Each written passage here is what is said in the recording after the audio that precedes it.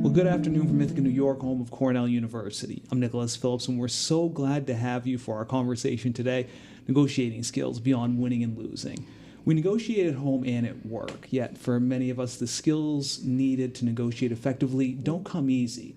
So today, we're hoping you'll learn a thing or two to help you be a better negotiator. And luckily for all of you, I have the perfect person joining me today. Sitting down with us today is Professor Emeritus Deborah Streeter from Cornell's Dyson School. Deborah Streeter has a wealth of experience in the negotiation space. She also happens to be faculty author of several of our certificate programs. Now, before we delve into our conversation, we want our conversation to be as interactive as possible. So go ahead and submit your questions. We'll be taking those in throughout our conversation, and we'll try to get to as many as we can. We'll also be asking you a series of questions to help us kind of tailor our conversation, so we'll be kind of polling you. So go ahead and scan this QR code with your phone, and that's where you could submit your responses as well. So to our first question, we want to know, do you consistently negotiate for what you want and need? And I would say, how often do you say you do? So it's a simple yes or no question. So again, scan that QR code, and we'll kind of see some of your responses right here on our screen here. So go ahead and submit your responses. Now, as we wait for kind of some of those responses from our audience, Deborah, thank you so much for joining us today.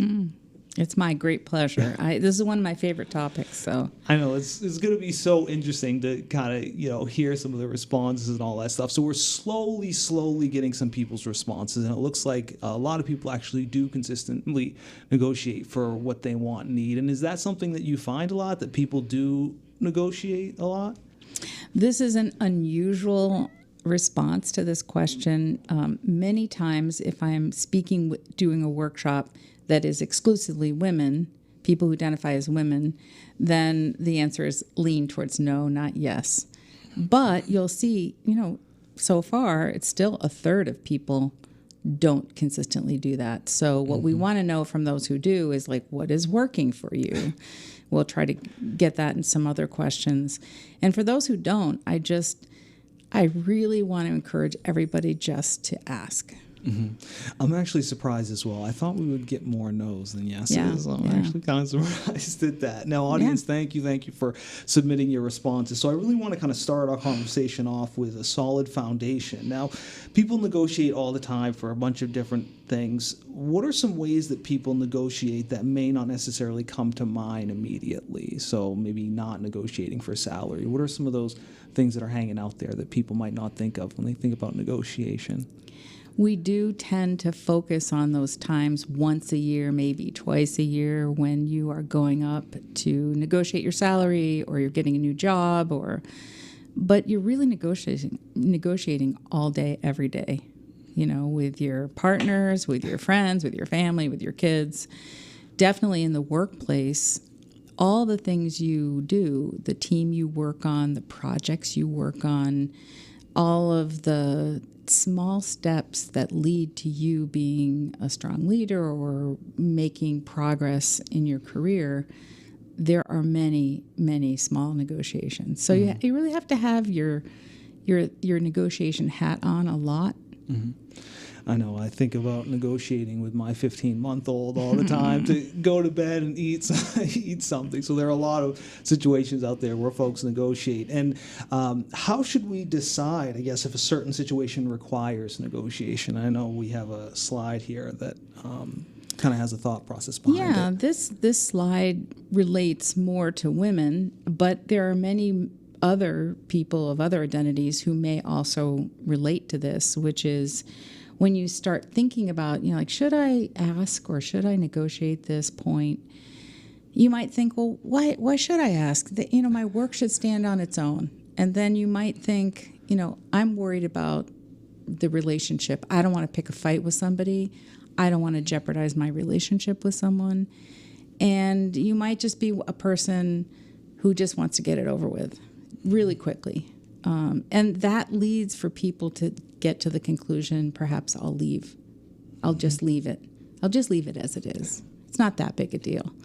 But you should be thinking, what are the financial consequences of doing that? What are the emotional and psychological, and what are the outcomes of not negotiating that are going to impact you?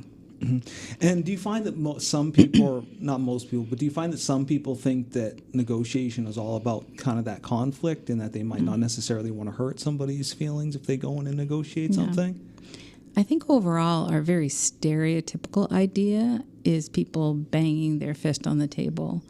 And, very few people really are going to negotiate in that way. I mean, there are very aggressive work environments in which that's perfectly acceptable. But for the most part, I think women are socialized much more so to tend to relationships. And they're socialized away from competing, right? And so it's the opposite for others. But that being nice, being trapped between being nice and being an advocate, a lot of people say, well, I negotiate all the time for everyone else, but I just feel it's selfish to negotiate for myself. And so you have to kind of reframe that in your thinking. Everything you do to advocate for yourself does affect your team, your family, your company. And so you have to sort of get to that place where you feel comfortable asking. And how do we transition that thinking of negotiating for others to doing some self-evaluation and say, hey, I really need to start negotiating for myself? Yeah. In the short time we have today, we can't cover every single thing in negotiation. And I'm going to give you a list of resources that are really great for all the sort of traditional advice on negotiating. But I like to break it down and say there are these external things and there are internal things that influence this negotiation process. And you really need to look internally to understand what is the block for you. If you are not negotiating as often as you want, then what is blocking you? I had a previous student of mine who's a great negotiator. When she first went to New York, she had a job, a sales-oriented job. She knew she was going to get no a lot, this Mikey Austin. And so she decided that every time she went out for a slice of pizza, she was going to ask for one for free. Okay. And then she's like, it's the most ridiculous thing. Why would anybody give me that, right? But what she found out in doing that is, I don't know what it was, 20 or 30% or 10% of the time, she got an extra slice. Or if not that, maybe they gave her a garlic knot or an extra refill on her soda. And so I think the lesson behind that pizza principle that she created was, it's about volume. Like you need to ask a lot and get used to and get comfortable with asking for things. And I think that is a process for people who traditionally don't think of themselves as a good negotiator. I like that idea of asking for an extra slice of pizza, especially in the city. That's tough to come by. Why would anybody do it? But it happens, right? True, very, very true. And what does that process look like in deciding if we should negotiate in a certain situation? So this slide is actually, again, focused on women. It shows that, there are all these steps to negotiation. One is when you're thinking, like, should I even do it?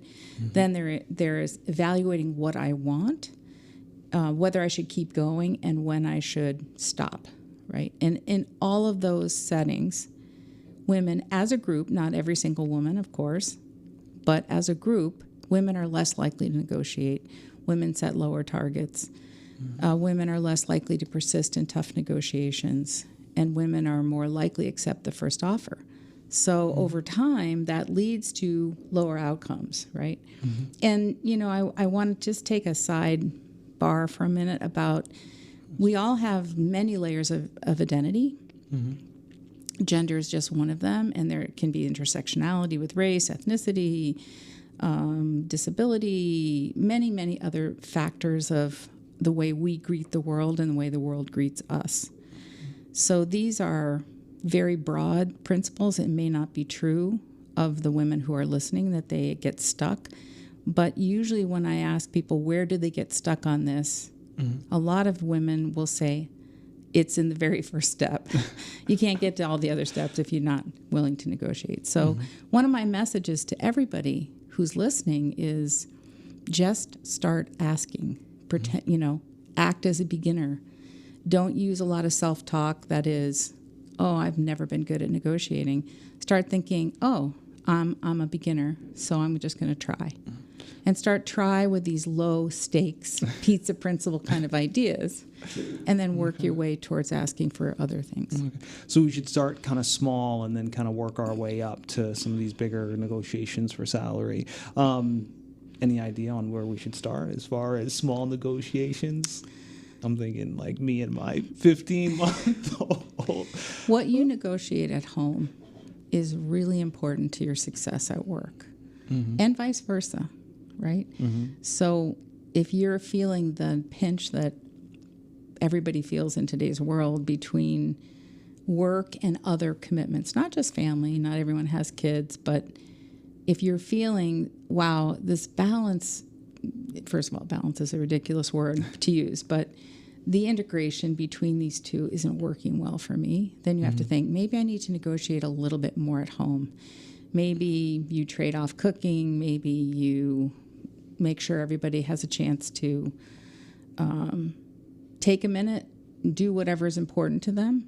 But it might be that at work you have to put your foot down and say, no texts or emails during some period during the day.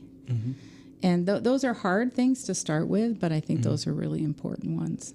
Perfect. And this actually brings us to our second audience question. So again, audience, scan the QR code with your phone, and you could submit your responses here. So our second audience question for you is we want to know what's something you're hoping to negotiate either now or in the future. And as we kind of wait for some of our audience responses here, I just got a great question in from Lindsay. So Lindsay asks, I find the hardest person to negotiate with is the one who thinks they have all the leverage and has no need from me. How do I approach that situation? Having a good negotiation is about aligning your self-interest with their self-interest.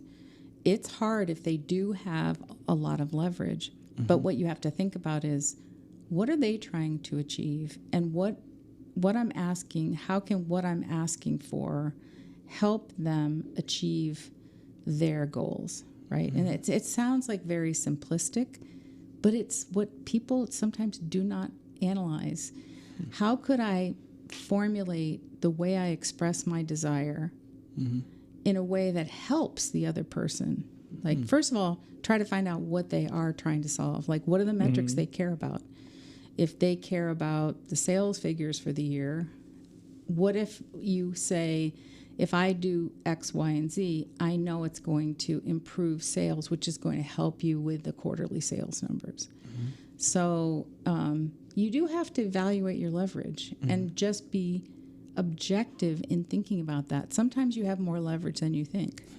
And I want to thank our audience member for that question, Lindsay. Thank you so much. And we're slowly starting to get some responses in, and I figured we would get salary and promotion a lot, labor contracts, so kind of all over the map here. Yeah, things in my marriage, training for my staff. Yes, all over the place. So what do you find that people want to negotiate for kind of either now or in the future? Do you find a lot of it is maybe, a boost in salary or trying to get promoted, or is there one that stands out? I think we can see here, what's highlighted is sort of the centerpiece. But look at all the things that are around it. And, winning in a job interview has to do with your salary and promotion, right? Pay equity has to do with salary and promotion. Perhaps your salary and job offer might have to do with your ability to negotiate labor contracts. So there's so much interactivity among all of these things. And I think that's beautifully reflected in the sort of array of answers we're getting. So that's really good. And one thing I'm surprised at is I figured we would get a lot of, salary and raise and everything like that, but promotion is something that was interesting to me. Do you find that a lot of people maybe struggle with negotiating to try to get that promotion or something like that? Yes, and I have, I've been a faculty member at Cornell for almost 40 years, so I have a lot of students calling me when it's time for promotion to ask for some coaching, and I think promotion is a very different, related, but a kind of a different negotiation than salary, because now what you have to make sure you're understanding is quantitatively and qualitatively, what is your value? What is your value proposition to the company, to your boss, to your boss's boss, to your boss's boss's boss, right? Depending on where you are in the company. And so promotion can be tricky. You also have to have some sense of what you can produce in the future. But again, there's a little bit, the research shows there's a little bit of a gender problem here, which is men tend to be promoted based on promise, and women are expected to have the experience behind them. Like they have to prove they can do something as opposed to being, aspirational. Interesting. I know we're going to touch on that a little bit later. Yeah, sure. But one thing that I read somewhere was that you mentioned, mindset obviously plays a huge role in negotiation. So how important is it to get in the right mindset before even entering the negotiation? It's so critical because you have to be able to see yourself as deserving of what it is you're asking for. You have to objectively believe that you're not asking for something that's outrageous. That is a mindset also. And maybe we're going to talk about this a little bit later. I'm really big on understanding, like, what are the roots for you? What are your negotiation roots? What families, friends, social influences impact the way that you think about these things? So I grew up in a family. My mother, God rest her soul, my mother was very dominant. She was the boss. There was no negotiating. She was just the boss, right? So I didn't have any practice negotiating. My family never talked about money. Talking about money was super uncomfortable. So my mindset when I go into a negotiation is I have to think a lot and practice a lot saying the money thing out loud. And my mindset has to be, it's okay. I'm asking for something reasonable. I'm going to approach it as a problem solving. I'm not going to approach it as, contentious. And, like, for instance, with you, talking about money, what can go on internally knowing that we might have to negotiate? Internally, if you have a certain, type of sort of self-talk, like I'm not good at negotiating, that can really affect the way you begin. So did you want to go a particular direction or? No, just what can go on kind of internally with someone who, maybe struggles with, hey, maybe I shouldn't negotiate in this situation, or maybe I should negotiate in that situation. I mean, you do have to evaluate if the time is right. Okay. You have to evaluate if the person is the right. Are you negotiating with the right person? It could be they don't have decision-making power, and so don't waste your time trying to negotiate with them. You have to just feel more deserving of being able to, just asking. One of the techniques I use is teach people to just ask questions. So, for example, a student will say to me, well, I took this internship and all the salaries are dictated. There's no leverage. And I'm like, okay, but then why are the boys getting more than the girls? Something is happening there. So I'm like, you can always ask a question. Like you could say, how does this compare to the last 20 people you hired? Is it high? Is it low? What percentage? And they'll say, about in the middle, right? And then you say to them, well, what was true of the people who were in the top? Because that's where I want to head. So I want to know, like, what would it take to have been in the top offers? And then they'll say, they have to have X years of experience. Maybe they missed something on your resume, and you're like, oh, I do have that. And that opens the field, right? So this asking, it's never wrong to ask a question. You can ask about all kinds of things. You can say, are there any other things besides salary that you think will be important for me to be effective in your company? And then you negotiate. Or you could even say, could I be evaluated in 6 months instead of a year? So there are lots of different questions you can think of that could be really effective way, and could give it's a way of giving yourself permission. I'm just asking a question. True. And we just got a great question in from Agnieszka, and I apologize if I'm pronouncing that wrong, but they ask, I find it easier to negotiate a business than in personal matters. When my personal interest is involved, I find myself a much weaker negotiator. Any tips? Well, I think it depends on whether you are worried about the relationship or not. Okay. And so one thing that's important in your friendships and in your personal and family relationships is to set the stage that it's okay, again, to ask questions or to throw the ball back and forth.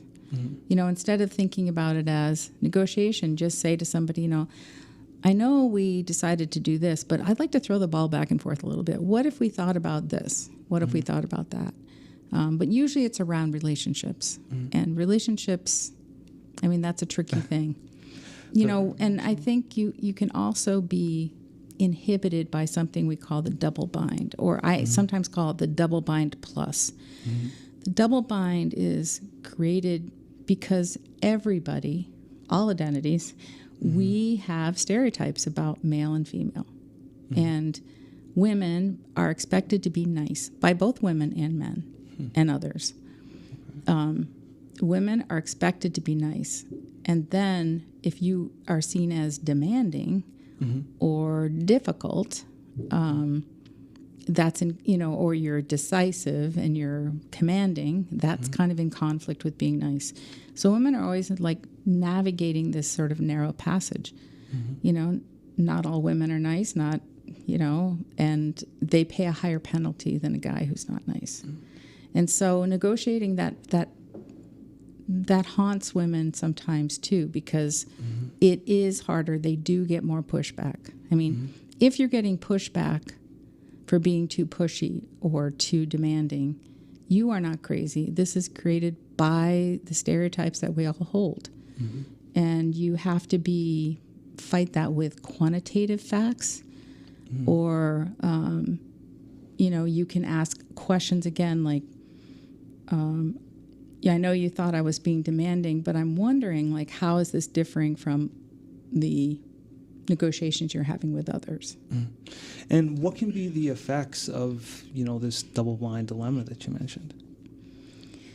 It's just trickier. It takes more emotional labor for people who are suffering it. And I call it double-bind plus because there is race, ethnicity, and many other identities that affect the way the world takes one in. Right? And so there are the stereotypes that are held about various identities can create constraints. Like you always have to be polite. You always have to, it can be many things. And I'm sure everybody in the audience, in fact, put into the chat what you think your double bind is. You're always expected to be what? And that you have to break through that and find a way that feels authentic to you in terms of your negotiation style, but is still going to be effective. And I want to thank our audience for all your responses here. And I just got a great question in from one of our viewers, and they ask, do you think when women negotiate hard and ask, there is a bias in how others respond to them? 100%. And it's shown in research. Women get get a higher penalty when they are adamant and advocating for themselves, especially. Now, how can that change? We need more diversity in leadership, and we all need to fight against stereotypes. So if you're in a position of leadership, be self-aware about it. Would I have the same reaction if this was a guy asking me the same thing as this woman?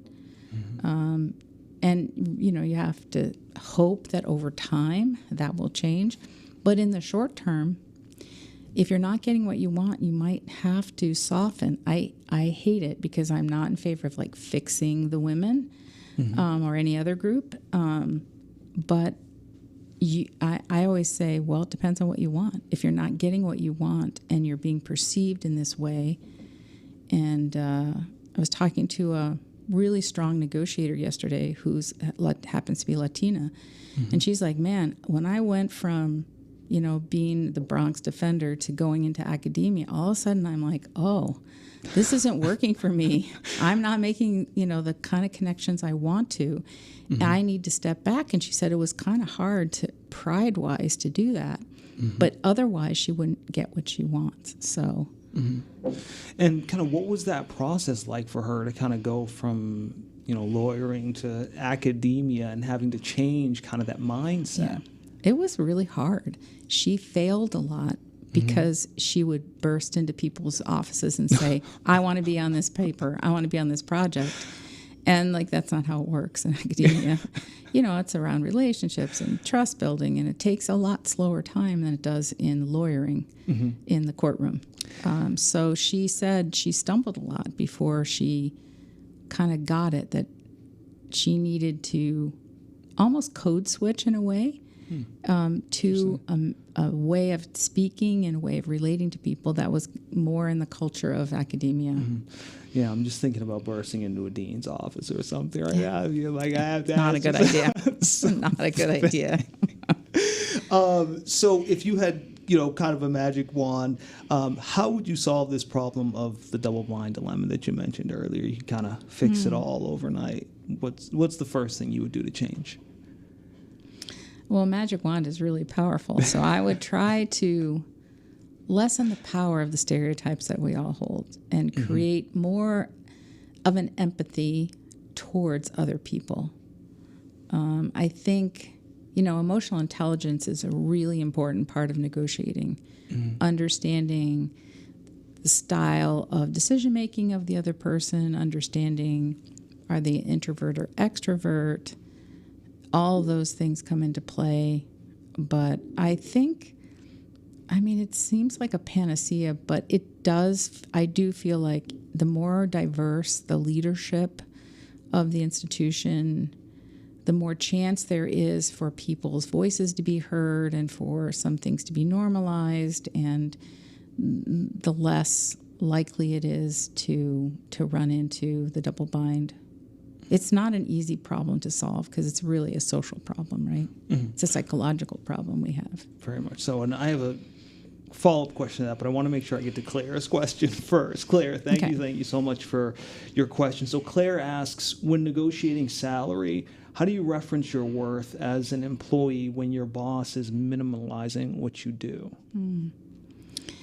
It's important to express it in terms of the outcomes the company depends on. So you figure out what is the metric for success in the company, and then quantitatively relate what you're doing to that metric in some way. And it might be hard, especially if you're in a more operational role, you're not in a sales role.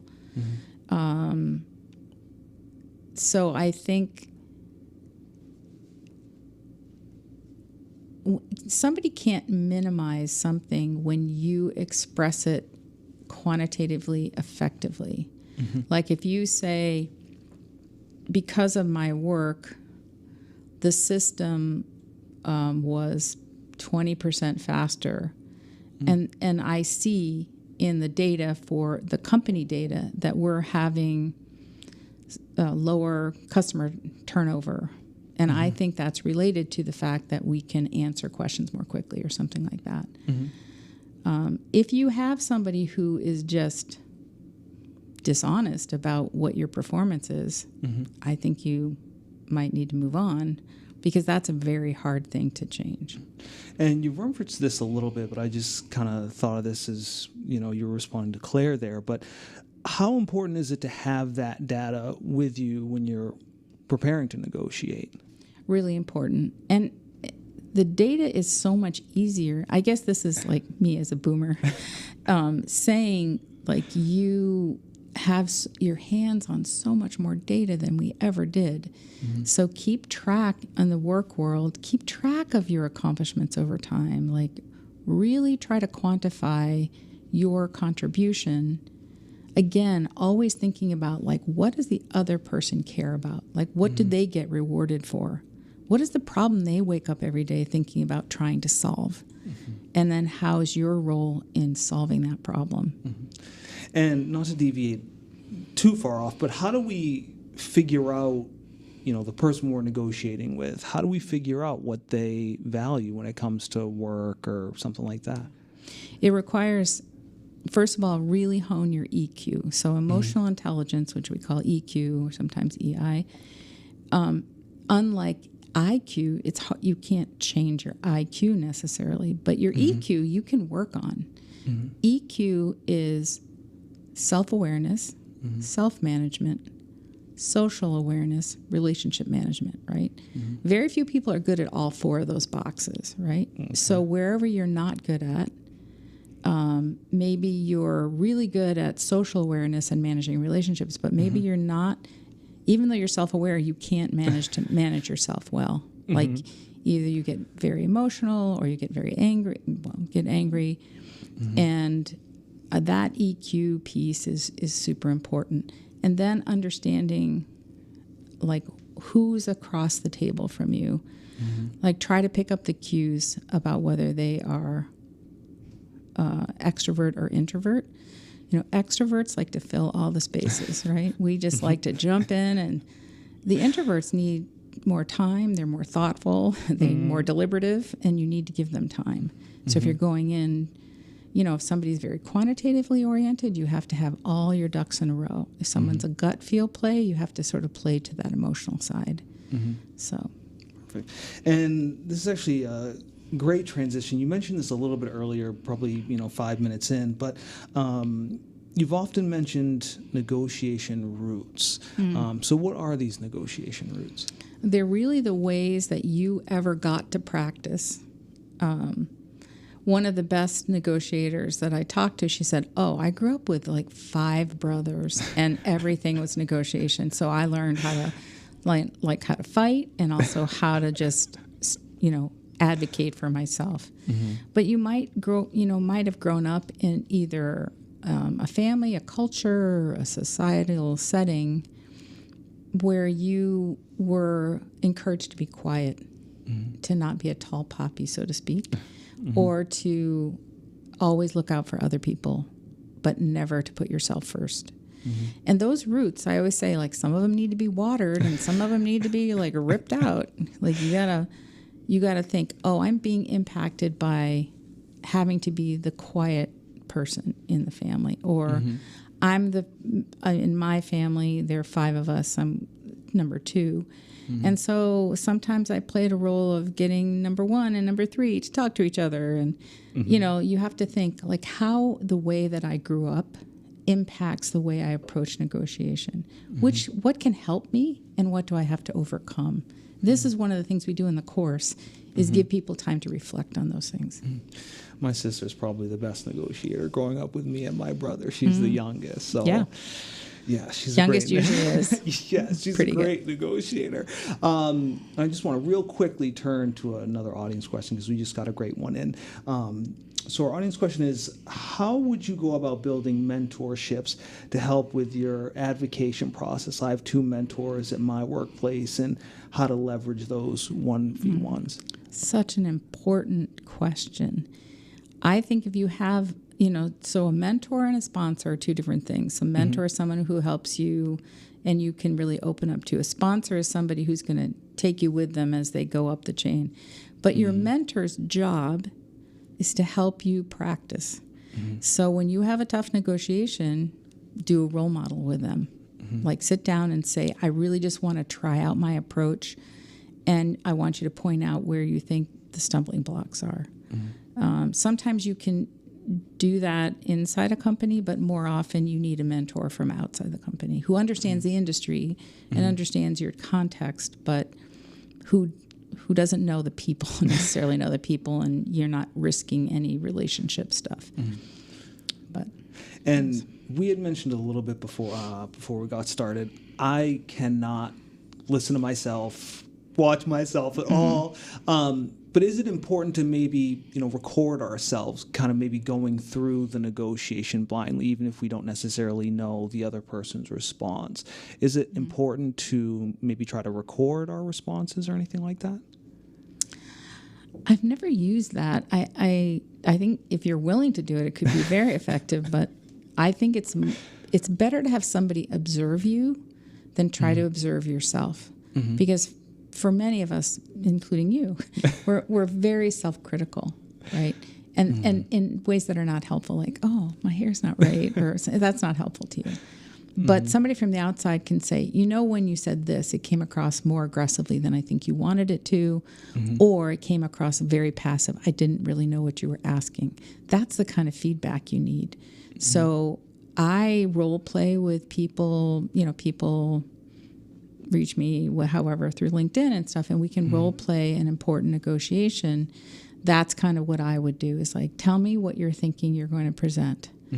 And then, I can give some feedback. And are there things that you see that consistently come up that people do a lot in negotiations? Yeah, I think it involves not thinking strategically about the other person. Like, what are they trying? So think about it, first of all, as problem solving. That's helpful to everyone who feels uncomfortable with negotiation. Problem solving means you each have a problem, but they're not the same problem. That person, they have their own problem, and you have your problem. And if you go in there with, like, here's my problem, I need to fix it, I need you to fix it, as opposed to understanding, like, they just got to the office and they're getting hammered on something. You go in and say, tell me what's on your mind and how I can help you. What's a problem you have that I can help solve? That's a very different approach to negotiation.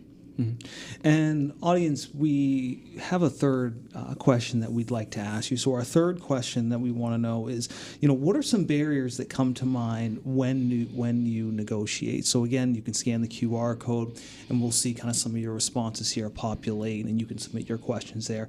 And I really quickly want to shift to an audience question as we wait for some of the responses there. So Elle asks, if you realize that bias is playing a part in the negotiation, what are some strategies or tactics to combat these biases so you can take back control of the conversation?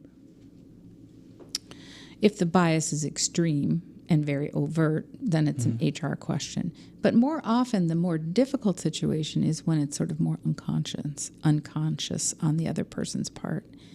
And so you can use this asking questions method to reveal that by saying, did I understand you that you wanted this performance, you wanted my performance to be different than XYZ?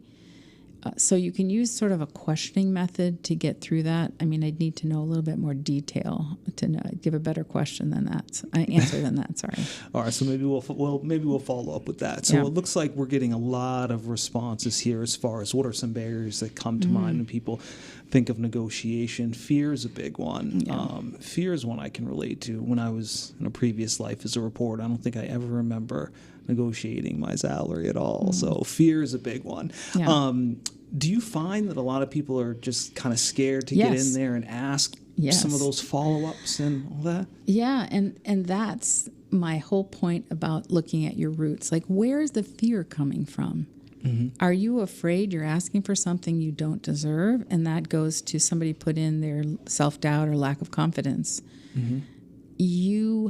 That's internal work for you to, if you're actually afraid because you're not in a safe space, that's a different question. But if you are afraid of doing it wrong or not getting the outcome, accept that, like, you're going to have to practice a lot. If you haven't done any negotiation, you got to get with it. You got to start doing it. I don't think your boss is going to appreciate me saying that, but I think you have to start asking for what you need and want, because that will take away the fear over time. It's practice. Like if a surgeon didn't just cut on a human being the first time, right?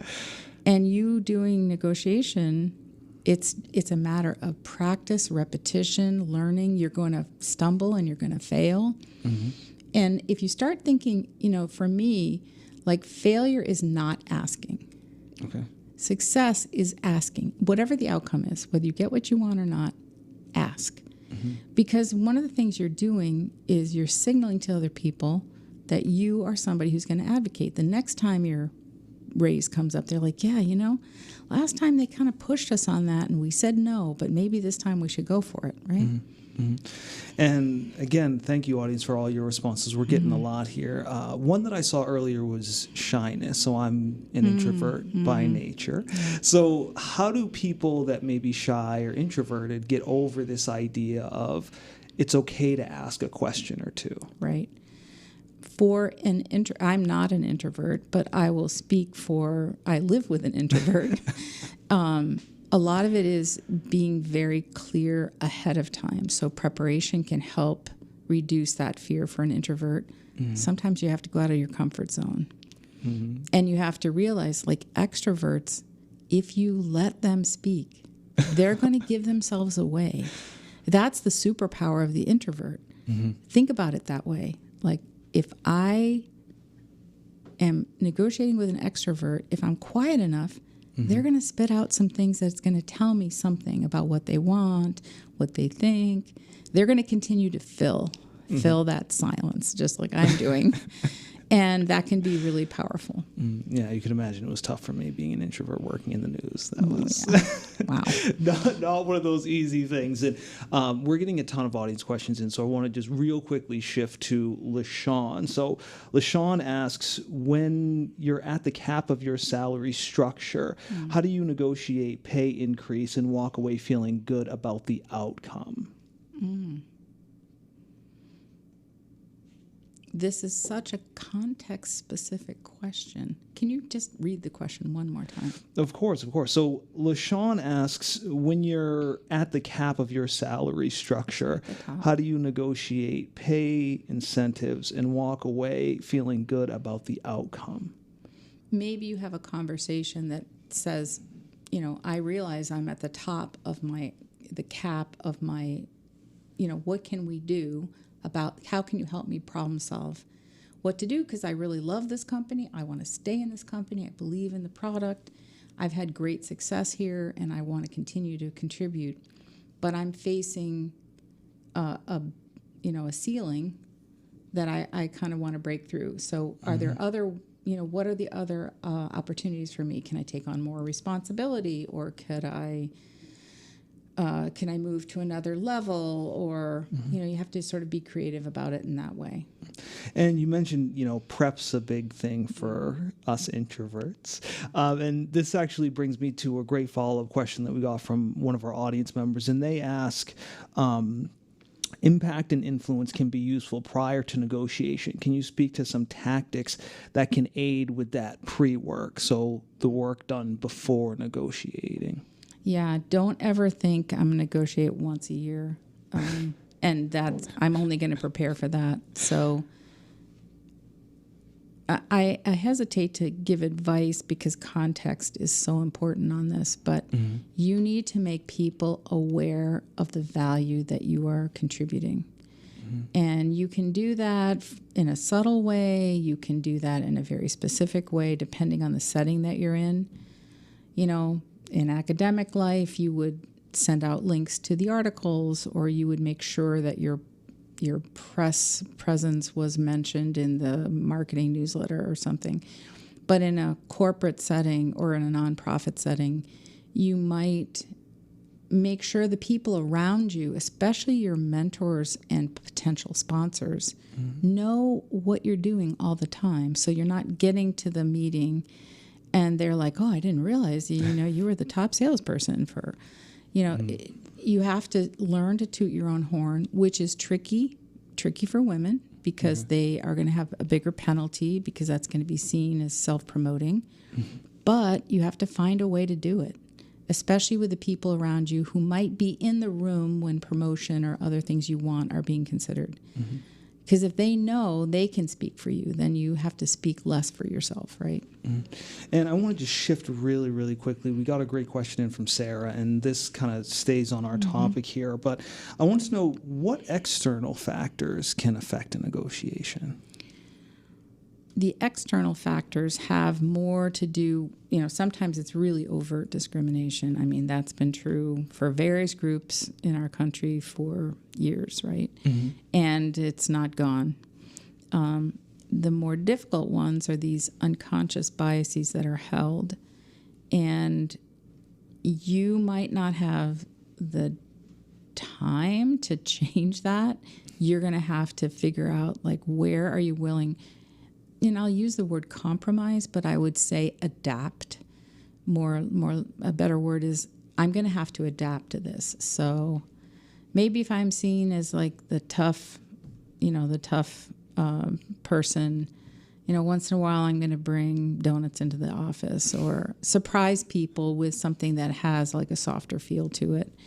But the external things that affect people are the way the world greets you. Mm-hmm. That's the problem we have, is the world that we go into is full of expectations. You see somebody and you make immediate assumptions about who they are, what they want, what they do, what their problems are, and you really don't know anything about them. Mm-hmm. But it's one of our human, foibles, I guess. Mm-hmm. So those are the things externally that can affect you. Mm-hmm. You can also be affected externally by the structure of work. For example, promotion to leadership positions may only go along the sales line or the engineering line or some other pathway that, requires a lot of travel, that you don't have a life that you can do that. Mm-hmm. So then that they can be structural things. I mean, the structure of work is really bad. I mean, in general, it's bad for anybody who wants to have a family or to have any outside commitment that's important to them. Mm-hmm. So I think those are some of the external things. And how can knowing the environment we're getting ready to walk into in a negotiation help us, prepare and be in the right mindset when we ultimately get through the door?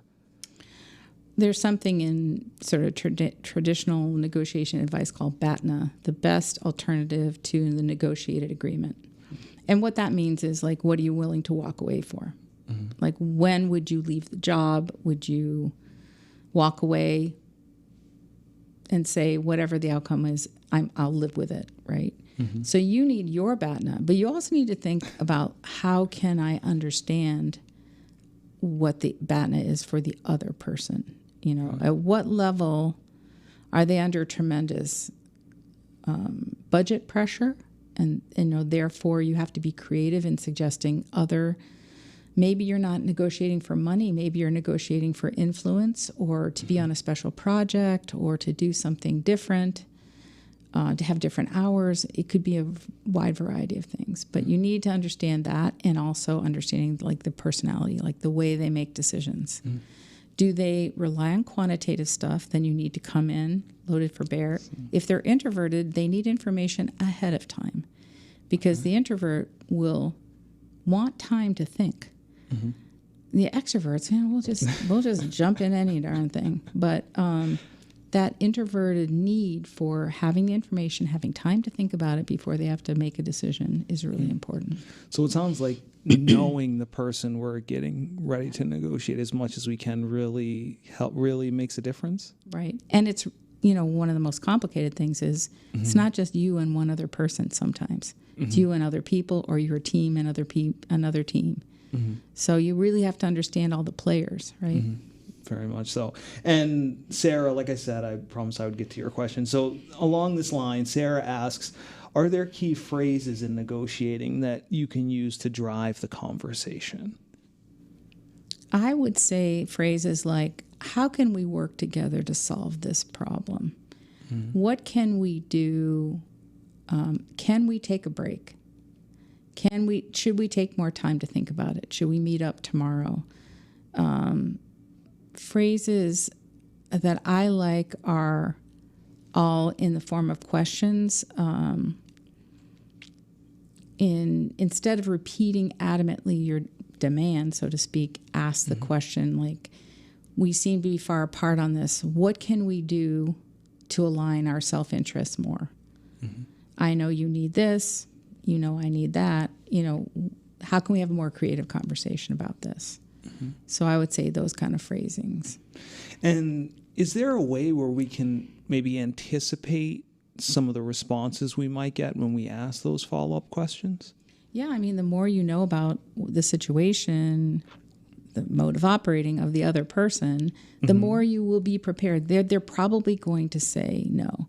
So as an example, I went in to negotiate a higher up with me who was very introverted. I'm a very extroverted. And I thought to myself, I need to give him a memo ahead of time.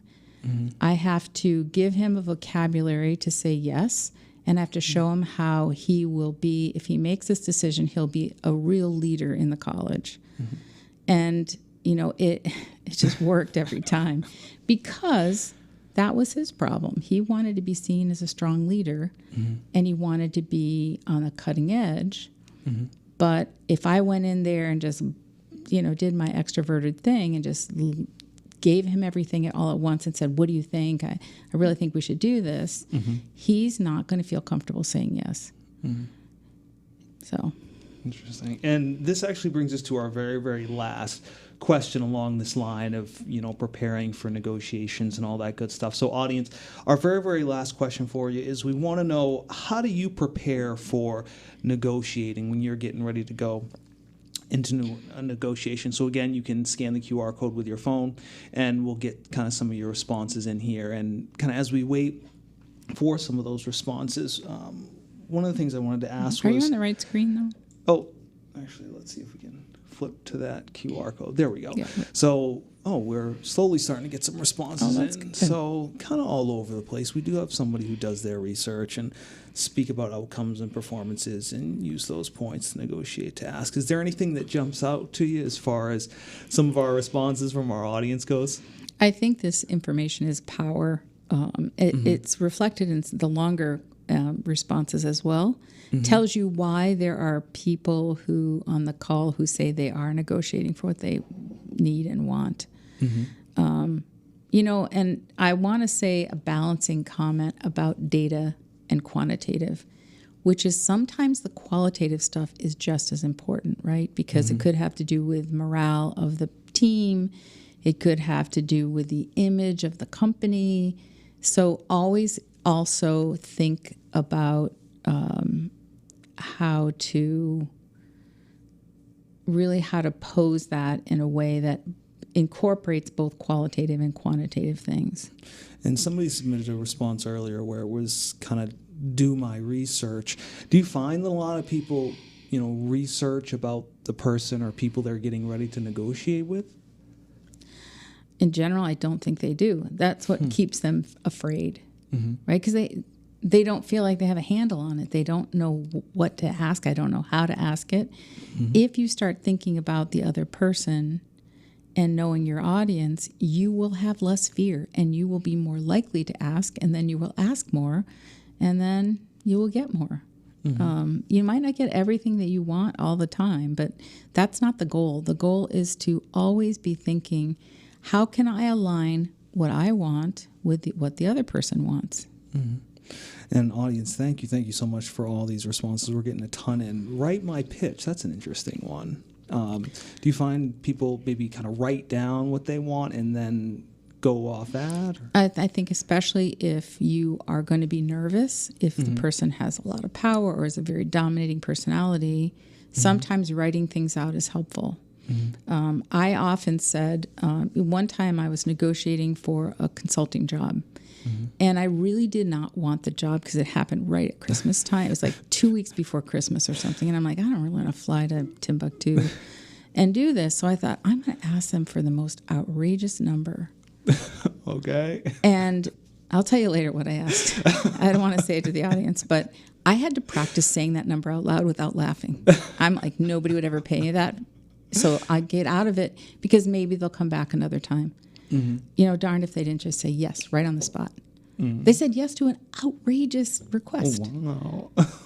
And that was one of my lessons. I'm like, oh, yeah, practice. Practice saying, especially if you're somebody who didn't grow up talking about money, say the money thing, or if you didn't grow up advocating for yourself and you're asking for some other element, whatever it is, time off or different work assignment or different team, just practice it out loud if that will help you. And I just very, very quickly, we've got a little bit of time left. Audience, thank you for all your responses. So with all these things to think about, what are some tools that the audience can use in their negotiations, or some things they should think about when they're getting ready to go into their next negotiation? Yeah, I want to point out one of these comments about making a list of what you want. It's so important to articulate to yourself, like, what am I trying to achieve? Sometimes it's not money. Sometimes it's appreciation. Sometimes it's prestige. Sometimes it's visibility. And, you can put the money aside. Recently, I was coaching a young woman who's in a very entrepreneurial environment. And she's like, I don't really care about the promotion. I don't care about the raise. I just really want this title because I think I'm doing the work of whatever it was, a director or something. And so she really framed her pitch to them around, why the title made sense. And if they weren't going to give her the title, that's fine. But then let's talk about what responsibilities I'm going to drop off. Oh, they didn't want her to drop off any. And then they gave her the raise on top of it, So you have to, sometimes there are surprises. But even if she had walked away without a raise, she would have had the title. And I think I don't know if I'm answering your question, but I think knowing what you want is super important. Awesome. Knowing what you want. And is there one tool in particular that we should maybe think about or use when we're walking into our next negotiation? I wouldn't say there's just one tool. I think emotional intelligence is a hugely important tool. I think the research, there were some all the answers were very on point that were given. I would just say you can read standard negotiating tactics. You can listen to me express what I'm expressing. But really think deeply, like, what is the barrier for you? It could be a barrier because of your context. It could be a barrier because of your upbringing. It could be a barrier. How can you deconstruct those barriers? I think that's the most important thing. You can get really great standardized advice. You can. I'm going to give you a list of resources that I like to use because I think they're really useful. Perfect. Thank you so much. And we'll make sure to share some of those resources in the viewer chat as soon as we wrap up here. And then obviously we can share them right now for all the folks watching us live.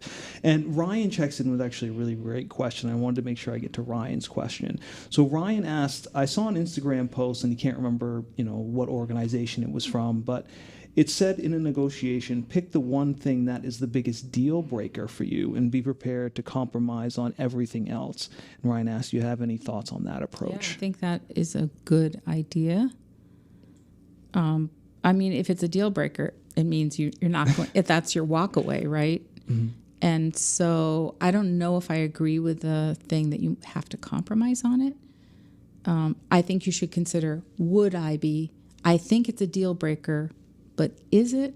Like, would I walk away right now if I couldn't get that?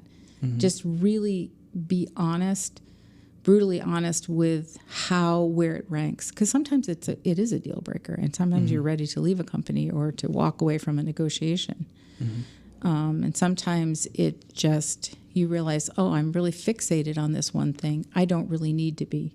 Those are kind of two different scenarios. So yeah, and we have a lot of folks joining us from all over the place. And one of the things that I really wanted to ask was, all the folks joining us have different personalities and different backgrounds and all that.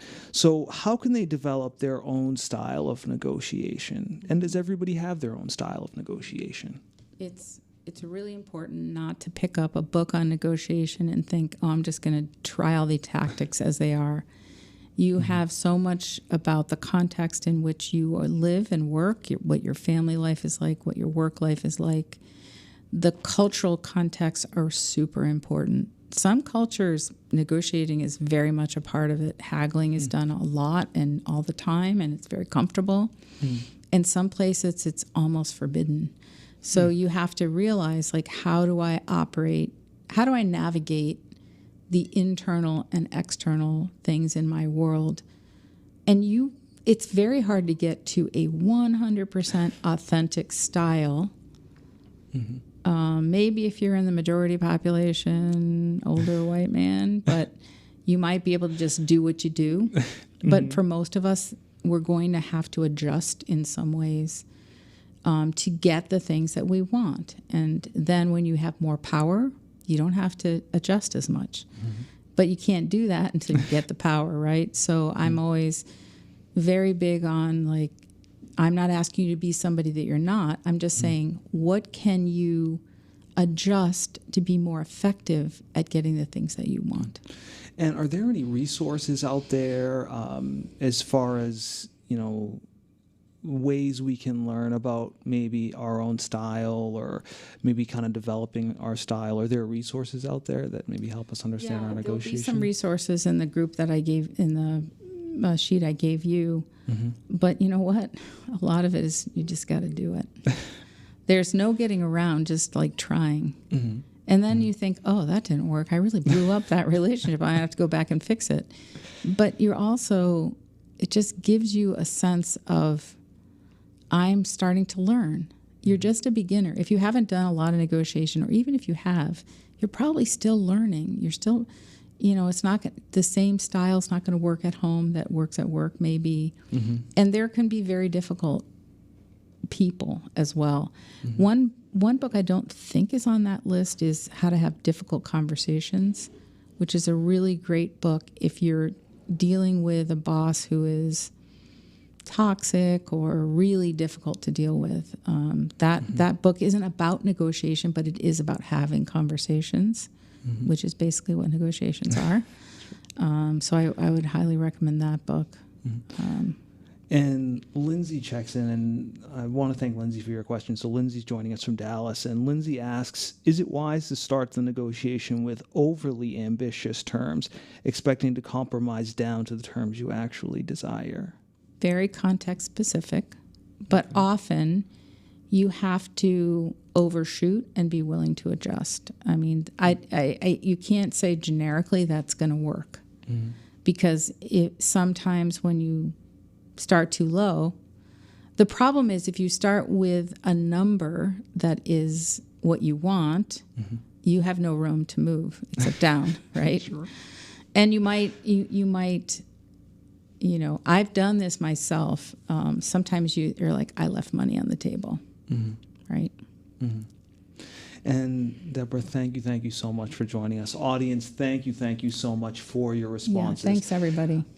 My very last question for you. You can reach out to our audience, give them one piece of advice or one thing to think about as they, get back to work, get ready for their weekends, getting ready for their next negotiation. What's that one piece of advice you would want them to walk away with? Just start asking. I used to have a yoga instructor, the hardest move is onto the mat. Just put your foot on that mat and start asking. Start asking. Perfect. Well, audience, thank you so much. Deborah, thank you so much for joining us. Audience, have a great weekend, and we'll see you at the next keynote.